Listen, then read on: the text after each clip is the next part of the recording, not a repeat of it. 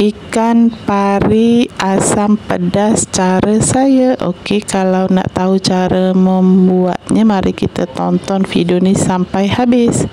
Ni ada ikan pari.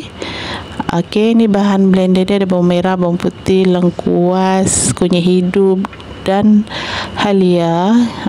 Kita masukkan dekat blender. Lepas tu kita masukkan biji lada hitam. Okey, masuk belacan, masuk air. Lepas tu kita blender lah. Okey, ni ada cili kisar yang saya dah blender siap-siap. Ada serai, ada daun limau dan air asam jawa.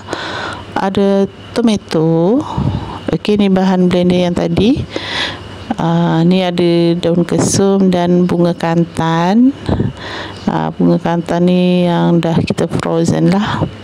Panaskan minyak, kita tumis bahan-bahan yang kita dah blender tadi sampai wangi. Masukkan serai yang dah diketuk, masukkan cili kisar yang ni saya masukkan dalam 4 sudu macam tu. Gaul rata. Kacau-kacau, kita masak sampai dia betul-betul pecah minyak. Lepas tu baru masukkan daun limau purut. Gaul balik nak bagi wangi dia punya aroma dia. Lepas tu masukkan air secukupnya.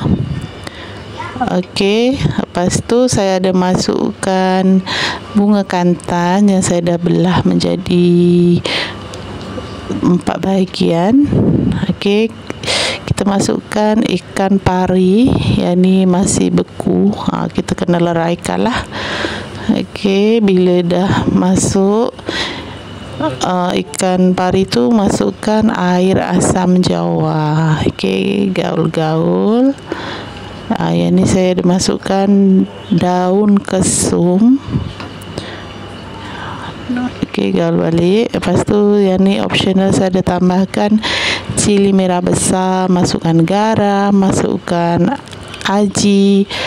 Okey, gaul balik. Lepas tu baru masukkan gula pasir nak bagi rasa dia balance. Okey, gaul-gaul balik.